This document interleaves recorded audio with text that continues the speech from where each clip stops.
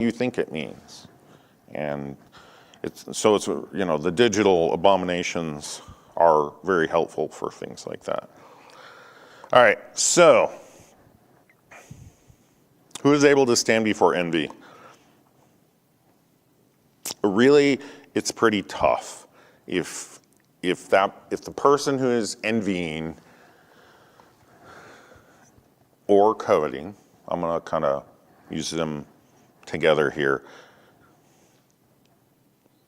has any sort of power. And in this day and age, you can have power through a gun, or you can also have power if you're a king. So a couple examples, we won't turn to references, but hey, in Genesis, Cain was envious of Abel. Cain killed Abel. Everybody knows that story. Whether you're a Christian or not, everybody knows about the story of Cain and Abel and then the mark of Cain. I mean, even television talks about that. They then twist it, but they know about it at least. So Cain was envious of Abel and his sacrifice. It made him mad that Abel's sacrifice was accepted and his was not. Now there's more to that. Abel did the right thing. Abel had faith in God. He obeyed what God said. Cain was offering up a sacrifice of works and of vegetables. There's a reason that we use animals. Animals are alive and they have blood, and that's a blood sacrifice, and it's a type of Christ sacrifice, and that's important. God puts a lot of emphasis on those things, those types in the Bible, and that's why Moses got in trouble for hitting the rock the second time. He was supposed to what? He was speak to it. Thank you. He was supposed to speak to it, and when he hit it, that messed up the type, and he got punished for that. I mean, he didn't get to go into the promised land. So God takes that pretty seriously. Another thing, Naboth's vineyard. Naboth had a nice vineyard, and King Ahab wanted it. Now, he didn't just go and take it for whatever reason. I'm guessing he didn't go and take it because he knew people would be upset about that. Even corrupt people like the rule of law sometimes because it keeps them and their stuff safe. That's why we hear so much about the rule of law and due process right now, trying to protect an illegal alien who's currently in El Salvador. Everybody's harping on due process because Anyway, I'll try not to comment any more about that. But, so, I don't think King Ahab could have even gotten away with it. And so he tried to buy it. Well, Naboth said no, but he couldn't. He was forbidden from selling it because God had conditions on the land. So he couldn't even sell it if he had wanted to. He probably didn't want to, but even if he could have, he was obedient to God. What did he get for his obedience? He got killed. Okay, he got taken to court. He had false witnesses testify against him, saying he was blasphemed, and then he was killed for this. Wow, that's pretty rough, right? But it's an important lesson as Christians to know that just because we do the right thing doesn't mean in this world we are going to get the right results, okay? We do the right thing because it's the right thing, because it's what God says. And when you go to heaven and you stand before Christ at the judgment seat, he's going to reward you for that, okay? But on this earth with corrupt people, you're likely to be punished for doing the right thing.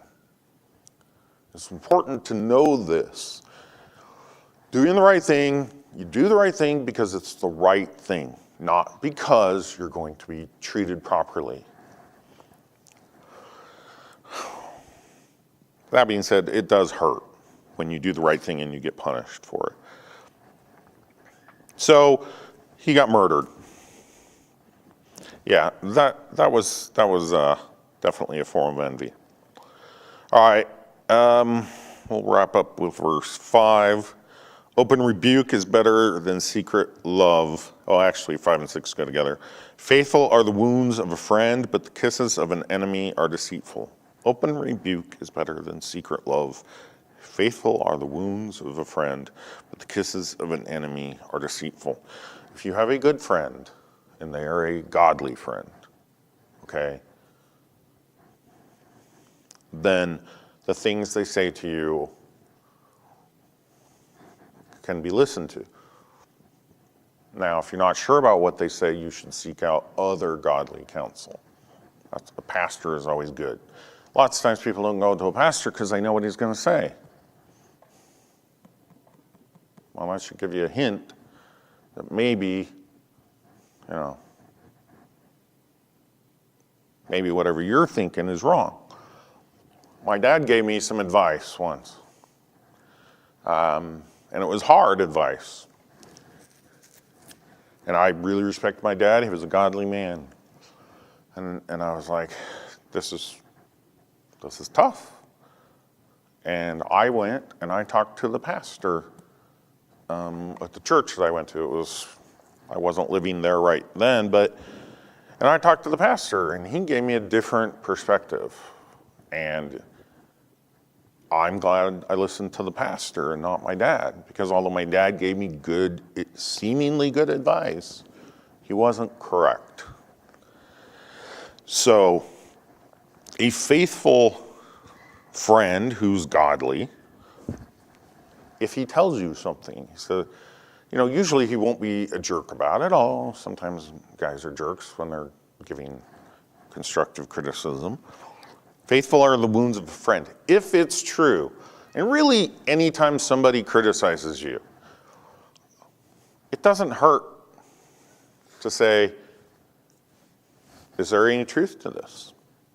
Now, if somebody says you're a jerk, it's like, okay, well, maybe you were a jerk, so you can analyze that. But if somebody says you're rude, you're probably like, no, I wasn't rude. I was blunt, or I was candid. These are, one man's candid is another man's rude. Maybe you can soften your speech a little bit and still tell the truth. Sometimes it's not possible. If you're telling somebody with love in your heart that if they die right now, they're going to go to hell because they are not saved, and they're offended by that, you can't do much. Now, if you attack them seemingly with fire and brimstone, which there's a time for fire and brimstone, but if you have this fire and brimstone attitude of, oh, you're doing wrong, you're going to hell, well, you're usually putting up walls with these people, and it's not helpful.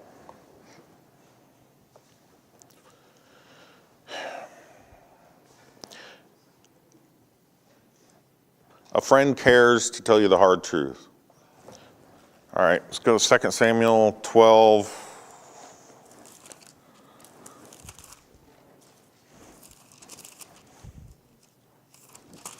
Sorry. So this is, give a little background, this is Nathan is fooling around with Bathsheba, and he should not be. He should be at war, but instead of doing what he should be doing, which is leading his troops in battle, he's committed adultery, he's committed murder by getting her husband killed, and so Nathan comes and tells him a story about, kind of a parable. Poor man had nothing, one little lamb, and nourished it, took care of it, treated it like, and was unto him as a daughter. I think that's interesting. But anyway, it was precious to him. And then the rich man was like, hey, I need to have a feast. And so he took the poor man's lamb. So he took the person's possessions. When he had plenty, he took this man's possessions and killed it. And so Nathan here, who's a prophet, so he's speaking the truth, but I think he was a friend of David.